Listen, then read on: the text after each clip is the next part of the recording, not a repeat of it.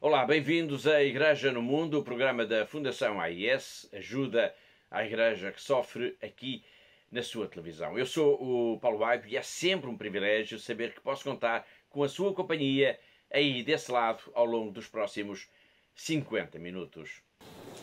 E no dia 17 de abril deste ano, os terroristas atacaram uma comunidade cristã no sul de Kaduna à noite. E neste ataque, 33 pessoas morreram e 40 casas foram queimadas. Podemos ainda falar da liberdade religiosa nesta zona da Nigéria?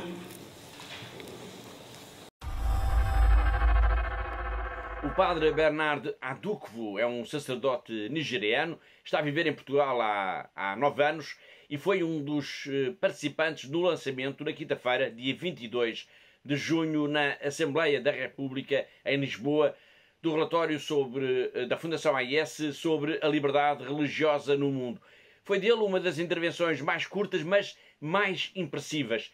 Ele apresentou 3 casos, 3 situações de ataques brutais contra as comunidades cristãs no estado de Kaduna, situado no norte da Nigéria, nos últimos meses. 3 ataques apenas, mas que se traduziram, como ele explicou, em 37 mortos, mais de 2 dezenas de fiéis raptados, pelo menos 2 igrejas e 40 casas queimadas. Acabámos, aliás, de o ouvir a falar de um destes ataques e acabámos também de o ouvir na pergunta que ele lançou a todos nós: pode falar-se num ambiente assim de liberdade religiosa na Nigéria? A resposta é óbvia e é também assustadora. Este vai ser, claro, o tema principal da conversa que vamos ter com a diretora da Fundação AIS em Portugal, a Catarina Martins de Betancourt, que está connosco e que saúde desde já. Olá, Catarina. Olá, Paulo, e olá também a todos os nossos telespectadores que nos acompanham a partir de agora. O relatório sobre a liberdade religiosa no mundo é um documento imenso, com cerca de 900 páginas, em que os países são avaliados no que diz respeito, claro, à liberdade religiosa ou também à falta dela.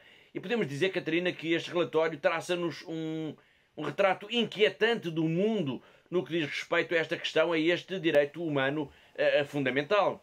Muito inquietante mesmo, Paulo. Portanto, basta olhar para as principais conclusões deste relatório e podemos facilmente perceber isso.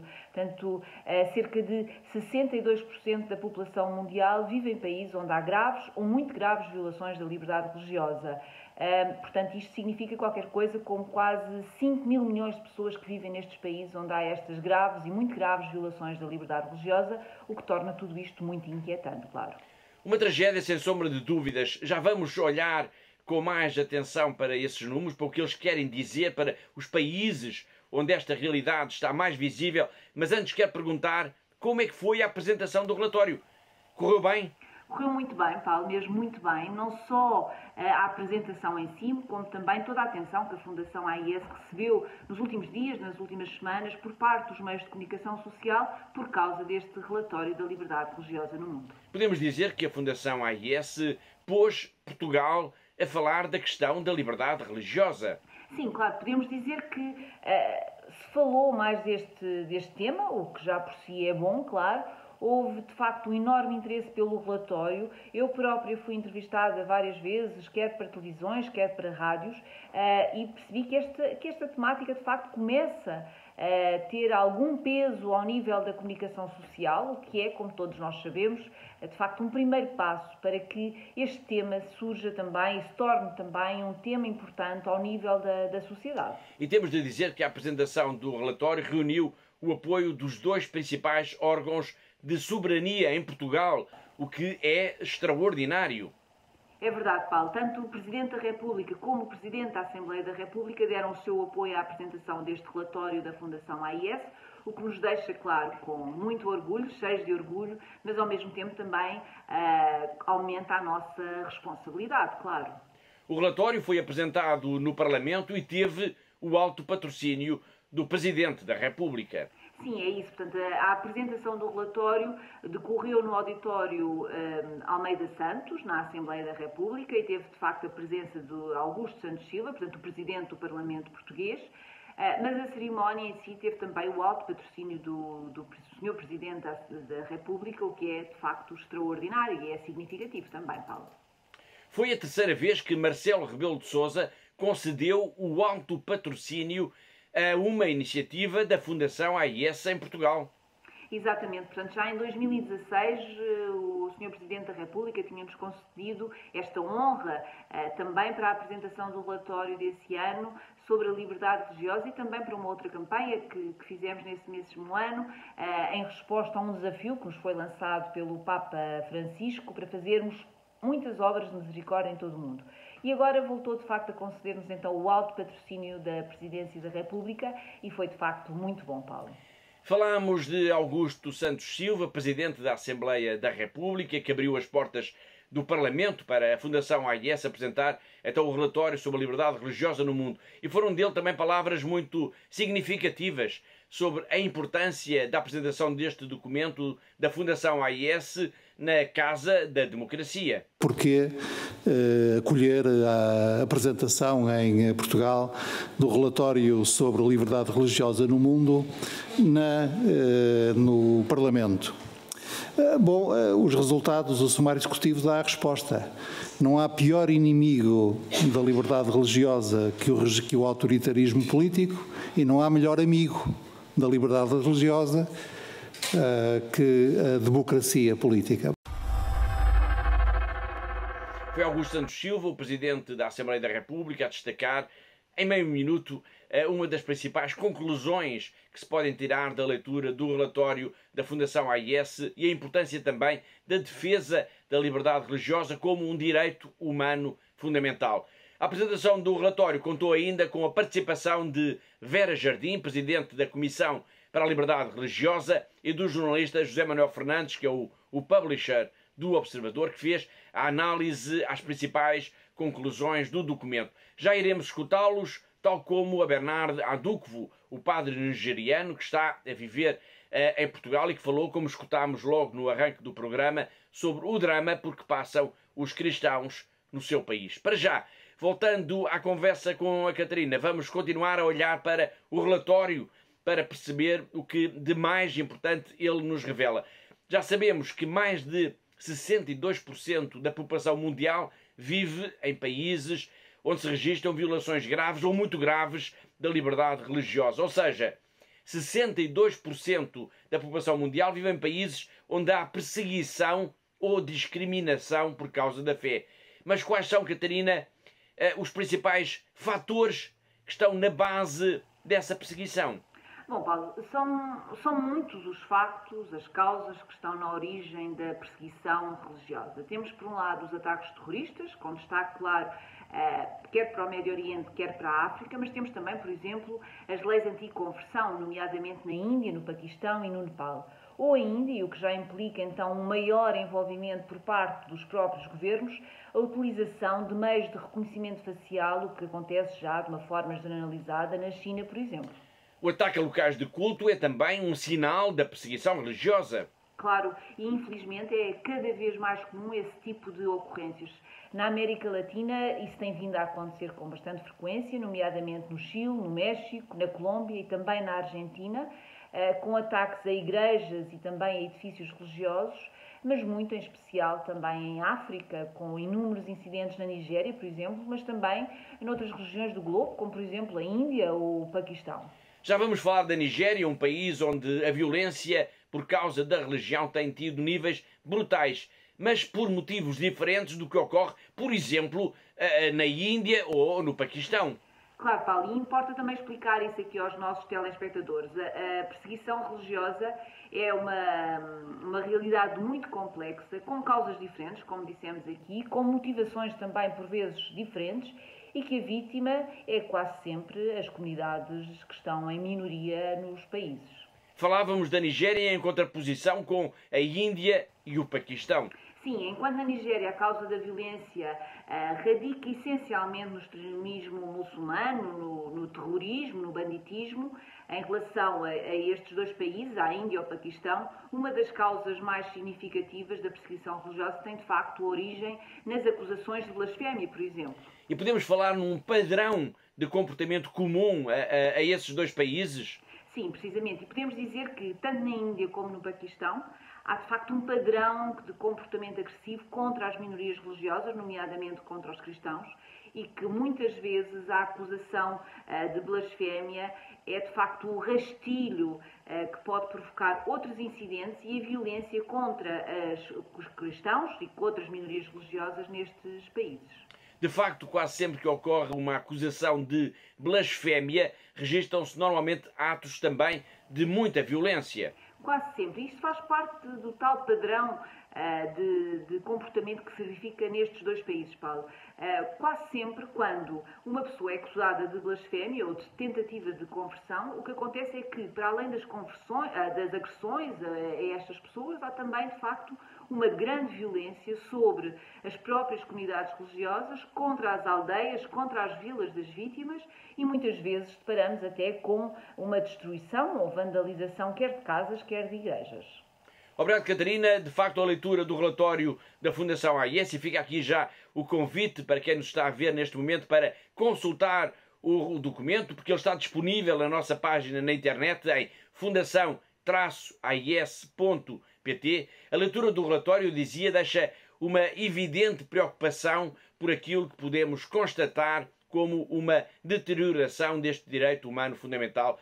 E esta é uma realidade que afeta, como já aqui dissemos, uma enorme fatia da humanidade, qualquer coisa como quase 5 mil milhões de pessoas. 5 mil milhões de pessoas.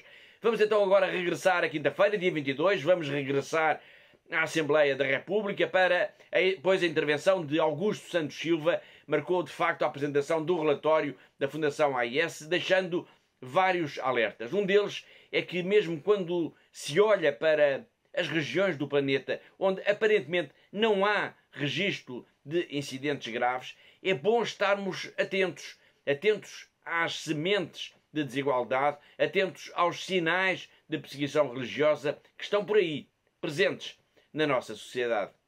Mas o facto de, no mapeamento a traço grosso, a União Europeia, por exemplo, não aparecer, e Portugal não aparecer, não nos deve tornar menos vigilantes, porque numa análise mais fina nós podemos ver sinais preocupantes ou sementes de desigualdade entre as religiões e mesmo de perseguição religiosa.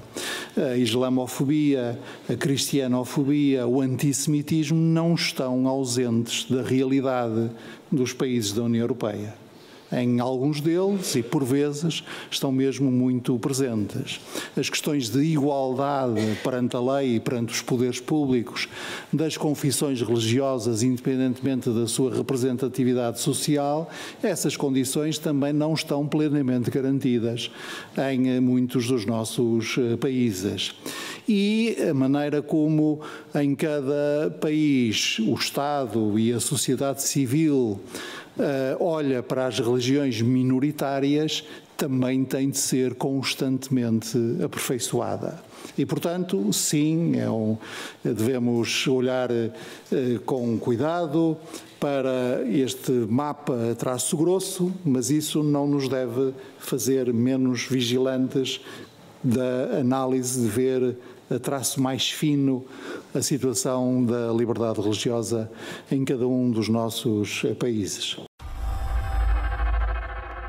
Foi o Presidente da Assembleia da República, na intervenção mais política desta sessão de apresentação do relatório sobre a liberdade religiosa no mundo da Fundação AIS, que aconteceu no passado dia 22 de junho, no auditório Almeida Santos, no Parlamento, em Lisboa. Este vai ser um tema que, evidentemente, vamos continuar a desenvolver por aqui ao longo das próximas semanas. Mas hoje, e ainda antes de escutarmos o padre nigeriano, que deu um testemunho muito emotivo sobre a perseguição religiosa no seu país, e também antes de recuperarmos o essencial das intervenções, quer de Vera Jardim, Presidente da Comissão da liberdade religiosa, quer do jornalista José Manuel Fernandes, do Observador, que fez uma análise ao documento. Antes disso, vamos ainda abordar outras conclusões principais do relatório. Uma delas aborda a chamada perseguição educada. Perseguição educada significa o quê, Catarina? Sim, de facto, Paulo, nós no nosso relatório usamos a expressão de perseguição educada, recuperando um pouco a expressão que foi introduzida pelo Papa Francisco para descrever as leis, predominantemente aqui no Ocidente, e que, sob o pretexto de cultura, de progresso, acabam por restringir os direitos fundamentais dos indivíduos, nomeadamente o direito à objeção de consciência. Isso aplica-se, por exemplo, na área da saúde? Sim, também os profissionais de saúde ficam privados ao direito à liberdade de consciência quando são obrigados, por exemplo, sob a ameaça de perderem os seus empregos, de participarem, por exemplo, em procedimentos como a eutanásia ou como o aborto tardio. José Manuel Fernandes, o publisher do Observador, foi convidado pela Fundação AIS para fazer uma análise geral às principais conclusões do relatório sobre a liberdade religiosa e também abordou, Catarina, este tema. Sim, de facto ele referiu-se a essas questões que têm vindo a ser levantadas como o uso de linguagem no Ocidente, em relação a temas que se podem cruzar com as nossas convicções religiosas ou a objeção de consciência. Portanto, foi um alerta importante para estas questões da liberdade religiosa aqui na Europa e que muitas vezes acabam por passar um pouco despercebidas, Paulo. Precisamente, e por isso é sempre importante focarmos estes temas. Vale a pena recuperar agora, então, as palavras de José Manuel Fernandes. Muitas vezes olhamos para os países mais desenvolvidos, portanto, a Europa, a América do Norte, e achamos que aqui, em princípio, não há este tipo de problemas. E do ponto de vista formal, do ponto de vista das leis, daquilo que está previsto nas leis, nas constituições, não há. Porque são países onde há regimes democráticos e uma noção de pluralismo. Onde podem começar a surgir alguns desses problemas, e isso é referido no relatório, é na imposição via legal de certo tipo de comportamentos ou de normas legais que em si mesmo podem violar convicções religiosas. Por exemplo, limitações à objeção de consciência. Portanto, todos sabemos que há algumas leis consideradas hoje em dia, enfim, de grande consenso social na maior parte destas sociedades, mas que muitas pessoas, por convicção religiosa, entendem que são leis erradas e que um dia poderão ser revertidas. E invocam, por motivo religioso ou não, a objeção de consciência. E há países onde já tem havido problemas com a objeção de consciência e esse tema está em discussão. Outra situação que também pode surgir são imposições de regras de linguagem. Como é que eu trato outra pessoa? Isto parece uma coisa, enfim, secundária, mas posso continuar a falar em pai e mãe, irmão e irmã, ou não posso usar estes termos? Eu estou a usar isto porque isto é um tema de discussão no Canadá ou no Reino Unido, ou nos Estados Unidos, designadamente na House of Representatives, portanto, na Câmara dos Representantes nos Estados Unidos, onde há alguns termos como estes, pai e mãe, desapareceram para serem substituídos por progenitores. Enfim, que eu saiba, não há ainda nenhuma penalização para quem usar o termo pai e mãe, mas a questão que se coloca é: será que um dia vai haver e até que ponto é, se um dia houver, isso representa ou não representa uma limitação à liberdade de convicção, no fundo é a liberdade religiosa de quem se expressa dessa forma.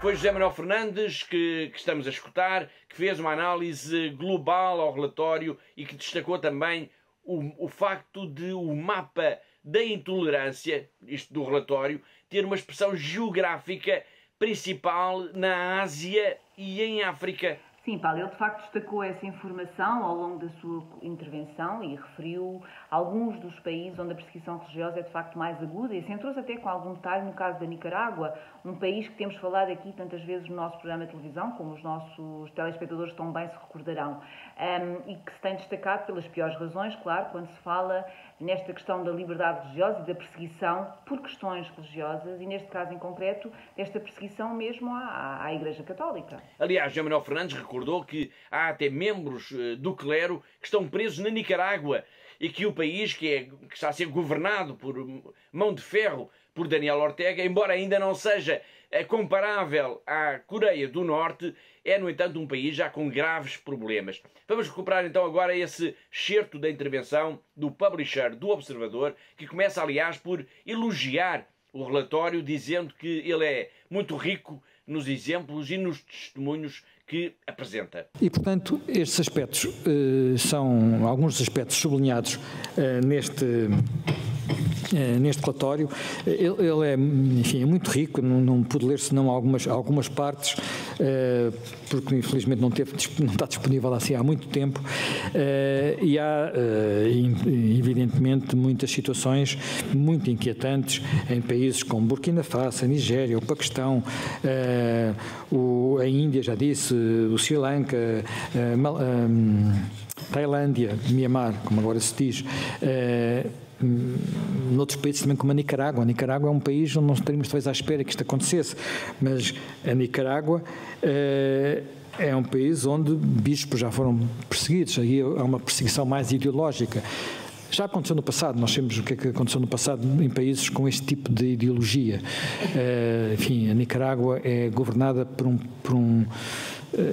hoje em dia um país onde já não há liberdade, até inclusive liberdade política, onde os sandinistas, depois de um período em que havia pluralismo, aboliram essa situação e eternizaram-se no poder. Quer dizer, digamos, não é propriamente a Coreia do Norte ainda, e esperamos que não venha a ser, até pela sua integração naquela região do mundo, mas é um país onde existem alguns problemas graves.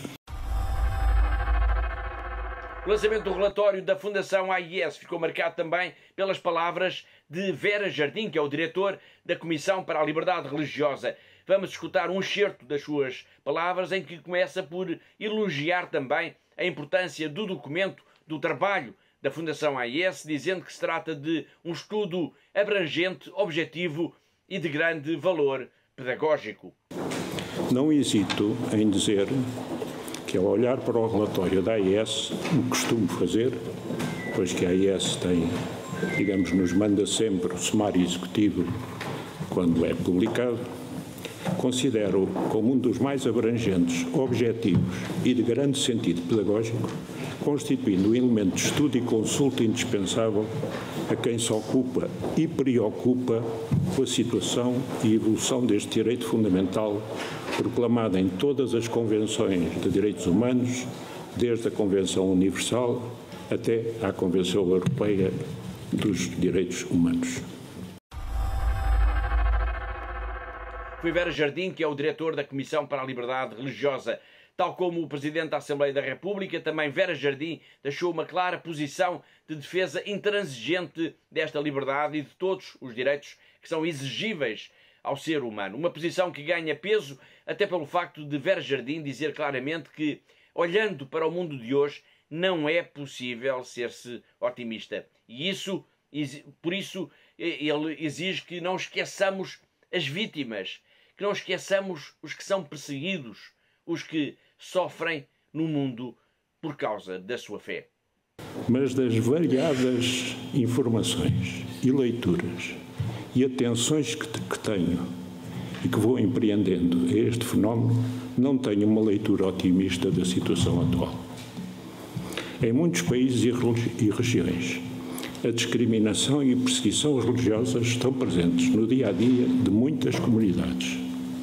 Discriminação e perseguição, por vezes em paralelo com problemas de cariz étnico, e discriminação e perseguição com origem em Estados ou em grupos religiosos em antagonismo, por vezes mesmo reclamando-se de uma mesma tradição religiosa. Recordemos hoje os perseguidos ou discriminados e tantos que pagam com a própria vida a fidelidade às suas crenças, defrontando-se com a intolerância e o ódio, mesmo aqui no continente europeu. E continuemos a afirmar, como valor humano fundamental de uma sociedade respeitadora dos direitos, da liberdade de consciência, de religião e de culto, e a tolerância que entre todos, independentemente das suas opções religiosas, deve dominar as relações entre os homens. Muito obrigado. Foi Vera Jardim, diretor da Comissão para a Liberdade Religiosa e uma das personalidades que participou na apresentação do relatório da Fundação AIS na Assembleia da República. Para já, vamos até à Libéria. E depois vamos para a Libéria e depois vamos para um breve intervalo. Ao longo das últimas semanas, nós temos falado aqui da Jornada Mundial da Juventude em Lisboa. E temos falado sempre da jornada, sempre com uma tónica comum, a de apresentarmos jovens que, por alguma razão, não virão a Lisboa. É o caso de Jason. Ele é ainda muito novo, mas já foi ordenado sacerdote, só que continua a olhar para o mundo como um jovem e a interessar-se por eles, pelos seus problemas, pelos seus sonhos. Na sua paróquia, o padre Jason procura ser esperança, isto num mundo feito de pobreza, de doenças e de fome. Quase metade da população da Libéria, é importante sublinhar isto, quase metade da população da Libéria é analfabeta e subnutrida. Mas ali, na paróquia de Jason, à sombra da capela que parece pouco mais do que uma barraca de zinco e que é também um retrato da precariedade da Nigéria, por ali escutam-se vozes alegres de jovens e de crianças. É que o padre Jason criou um grupo coral. O padre Jason não é apenas o maestro improvável deste coro juvenil de que vamos já ver de seguida. Ele representa também a certeza de que é possível mudar o mundo. A Fundação AIS ajudou a formação do padre Jason. É bom saber que com ele, através dele, se está a ajudar a mudar o mundo para um lugar melhor.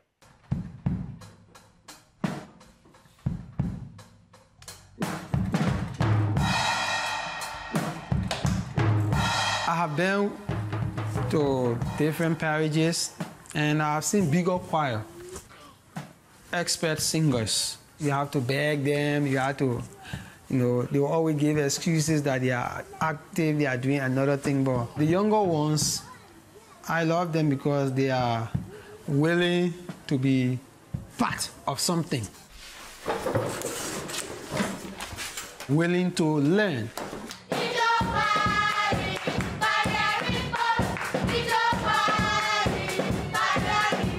They want to be the best, and that's the special thing about them. Glory be to God, the Paraclete. Glory be to the Holy One. Oh, glory be a glory. Are always with them and trying to teach them the little songs.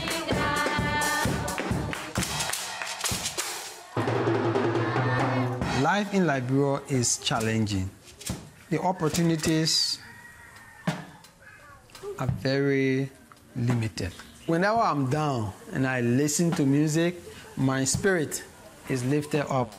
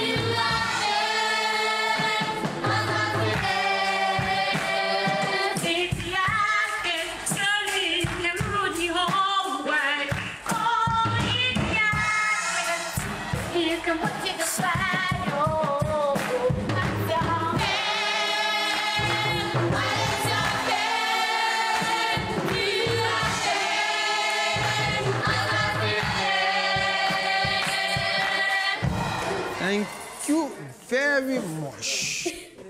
Ralph?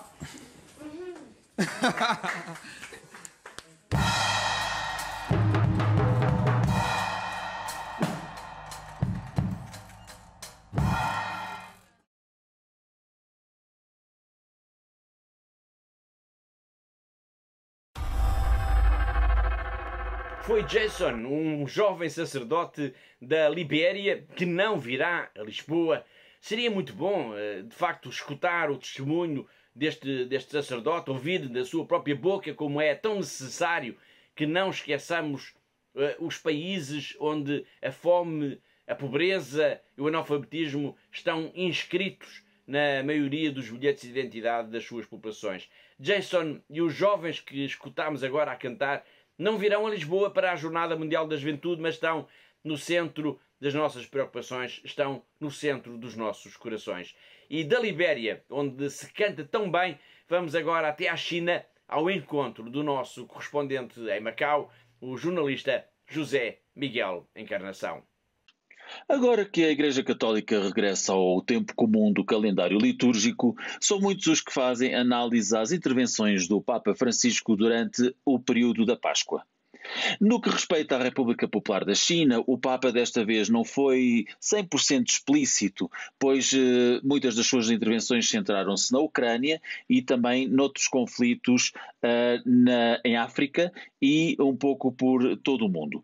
No entanto, não deixamos de notar as palavras do Papa Francisco no domingo de Pentecostes, em que disse que o Espírito Santo gosta sempre de descer quando estamos todos juntos. Ora, sabendo que o Papa Francisco e a Santa Sé sempre defenderam que os fiéis na República Popular da China devem estar unidos e, por sua vez, unidos ao Sumo Pontífice, à Igreja Católica Apostólica Romana, não deixam de ser curiosas estas palavras, uma vez que, com isto, o Papa quis dizer que se também na República Popular da China os fiéis estiverem com ele e a Igreja, se for assim, una, também o Espírito Santo a todos dará as suas graças. Foi José Miguel Encarnação, o nosso correspondente em Macau, e assim chegamos ao fim da primeira parte do nosso programa de hoje. Na segunda parte nós vamos continuar a focar a nossa atenção no lançamento em Lisboa do mais recente relatório sobre a liberdade religiosa no mundo, publicado a nível internacional pela Fundação AIS, e vamos por isso também ao encontro do padre Bernard Adukwu, o sacerdote nigeriano que deu o seu testemunho sobre o que se passa no seu país em relação à perseguição aos cristãos. Mas para já vamos para um breve intervalo. Até já.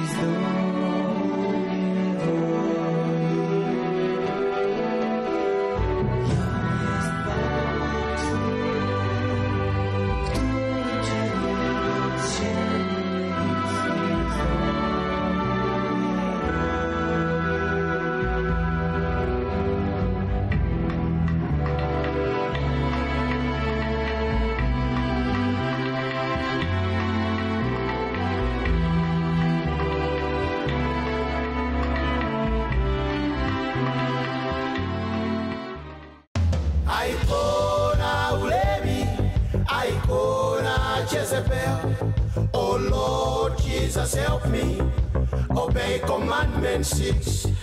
Icona Ulemi, Icona Jezebel. Oh Lord Jesus, help me obey commandment 6. Jesus is the way, Jesus is the truth, Jesus is life. the light in my path. Deliver me from evil, help me overcome.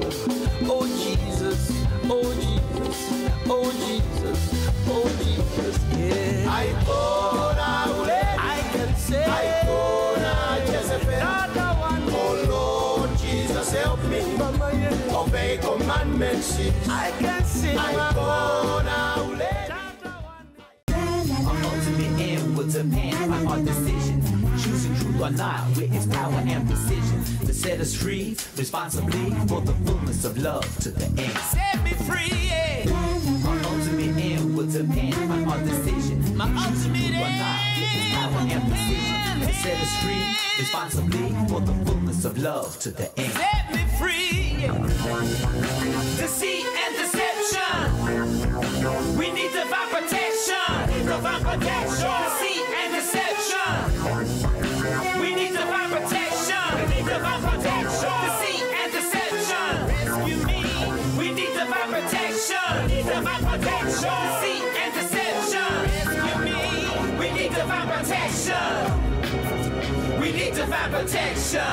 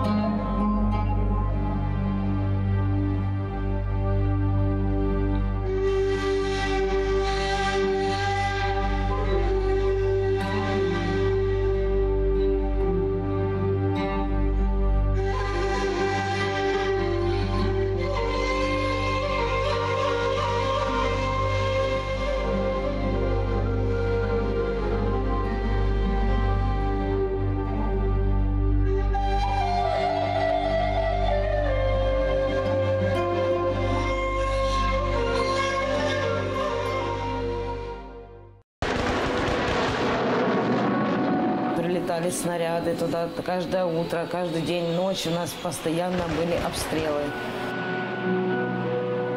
Словами это не передать, как мы жили 22 дня в подвале.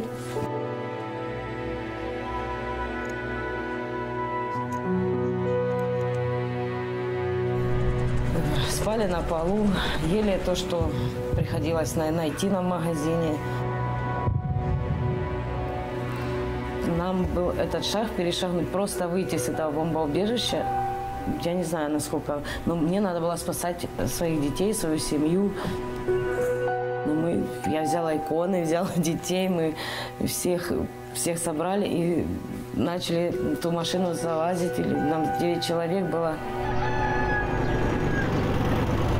Это было настолько страх, чтобы мы этот момент, хотя бы там километра 3-4 мы проехали, чтобы нас не убило. Мы в Запорожье на Львовском поезде, мы добрались вот сюда, да. Волонтеры нас встретили, привезли в дом паломников. Это, очень спасибо большое директорам и вообще этой церкви, что нас приютили, нас здесь кормят, нам здесь спокойно, мы не слышим этих взрывов. Вся наша семья уцелела, слава Богу. Самое главное, это вот мы все живы.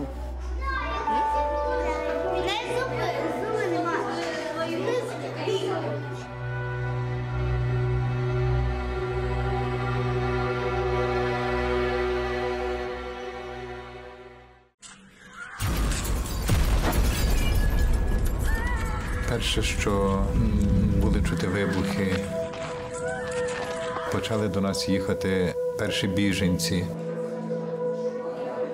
Більшість матері з дітьми. Після початку війни сиділи вдома, спали в ванні. Коли стало небезпечно, ми виїхали з дітками сюди. Перших днів війни якось світ змінився в Україні, і ми всі змінилися. В житті, яке змінилося, мусила працювати також і церква. Ми мусили закликати також і нашу католицьку школу, і семінарії. В ці місця ми постаралися також прийняти біженців. Хтось загубив своїх рідних, хтось був зґвалтований. Ми мали йому їх якось підтримати, зрозуміти і дати то відчуття, що ми разом. Дуже вдячна Богу, що ми попали сюди, і що зараз ми в безпеці, і о нас заботяться. Дуже вдячна.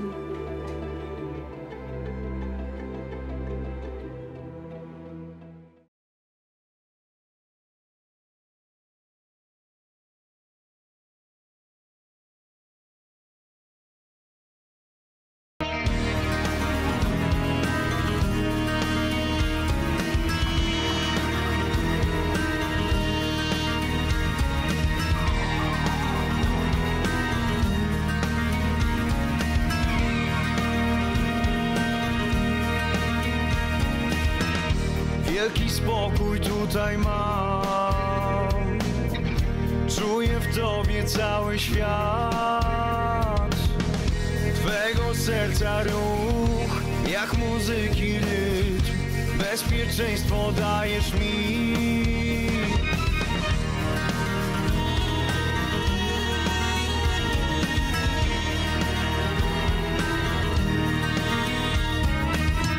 Chcę móc poczuć świata smak, chcę zobaczyć wiele barw i powietrza łyk.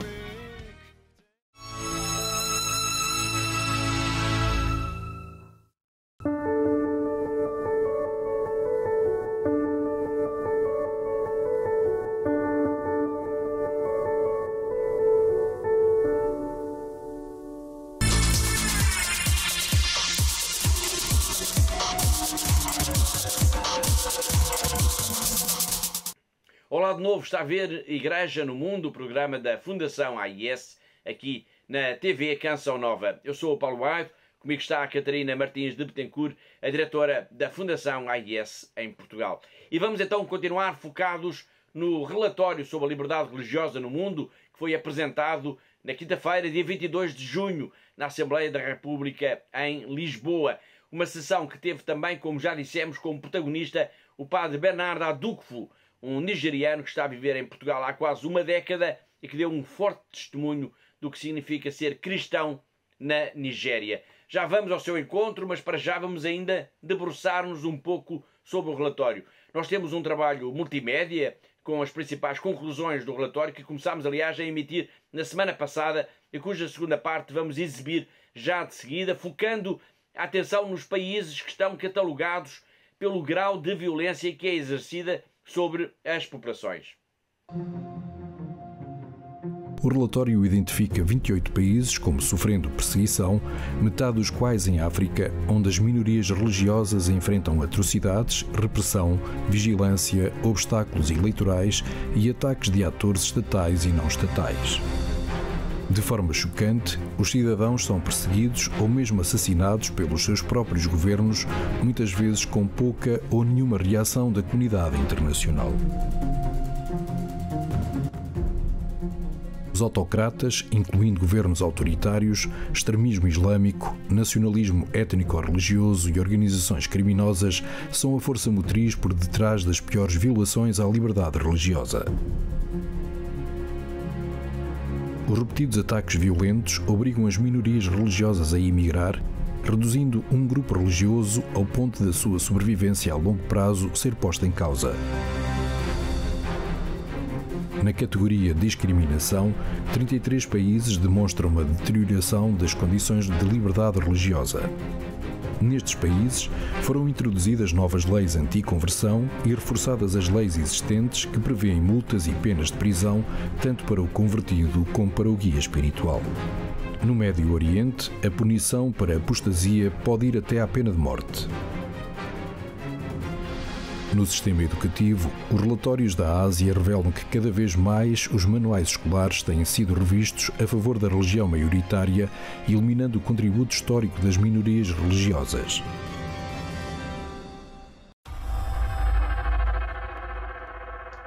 Neste trabalho multimédia que estamos a assistir, explica-se que no relatório os países são divididos por categorias consoante o nível da perseguição que é exercido sobre as populações. Um caso extremo desta violência ocorre na Nigéria, o país onde nasceu o padre Bernard Adukwu, que participou na sessão de lançamento do relatório, dando um breve testemunho sobre a perseguição aos cristãos na diocese de Kaduna. Já lá iremos.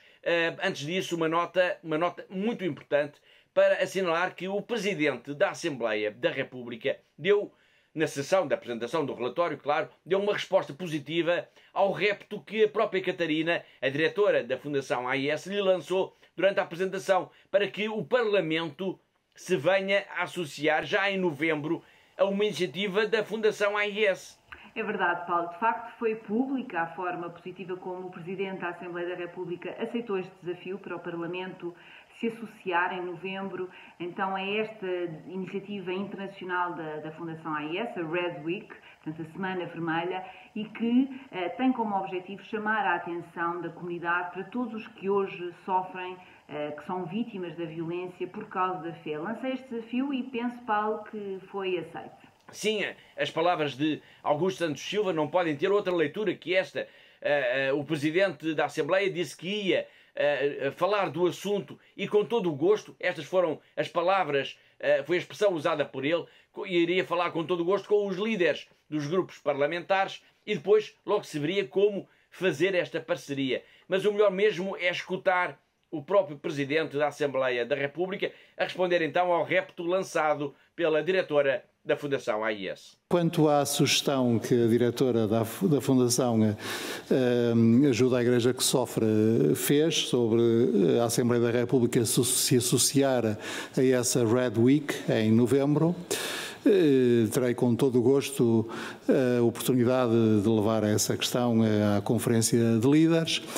Nós aqui, quando não se trata de debates políticos ou de aprovações de leis, procuramos obter as posições mais consensuais possível.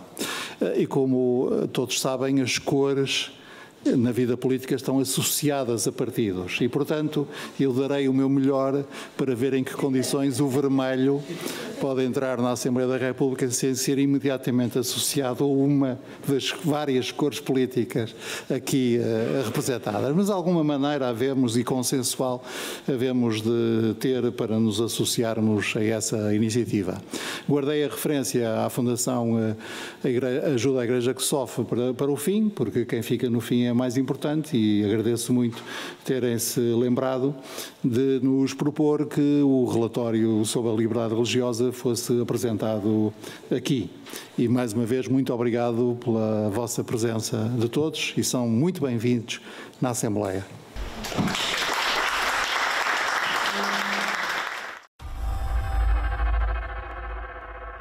Foi o Presidente da Assembleia da República a dizer que vai reunir a Conferência de Líderes para que o Parlamento possa ver então como se associar à Red Week da Fundação AIS, iniciativa que terá lugar em novembro.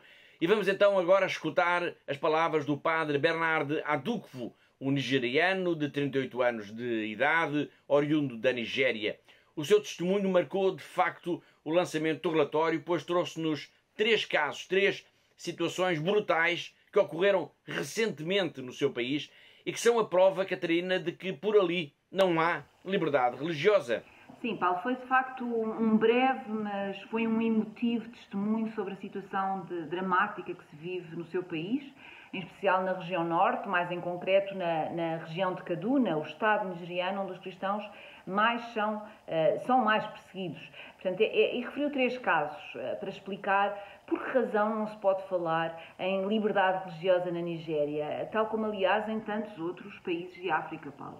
3 casos apenas, mas que revelam toda uma brutalidade que afeta a comunidade cristã. Sim, estes 3 casos que o padre Bernard nos apresentou Resultaram 37 mortos, mais de 2 dezenas de pessoas capturadas e pelo menos 2 igrejas e 40 casas foram queimadas. Precisamente hoje vamos apenas escutar uma parte dessa intervenção do padre Bernard Adukwu ao interpelarmos a todos com 3 episódios de ataques à comunidade cristã no estado de Kaduna. Ele deixa-nos sempre uma pergunta: será que podemos falar em liberdade religiosa nesta região da Nigéria?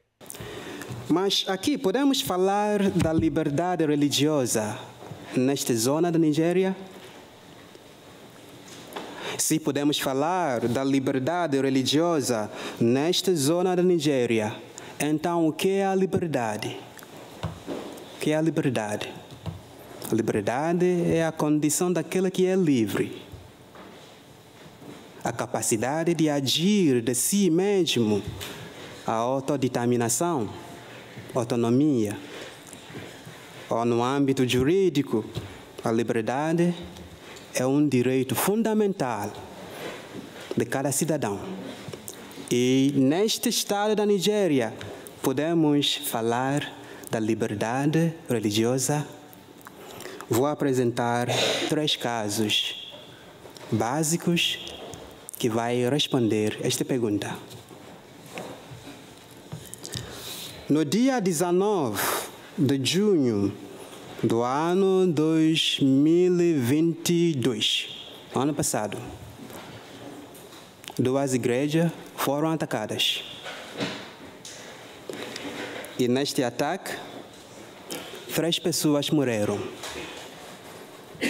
30 pessoas foram raptadas. Podemos falar da liberdade religiosa neste sentido? E no dia 17 de abril deste ano, os terroristas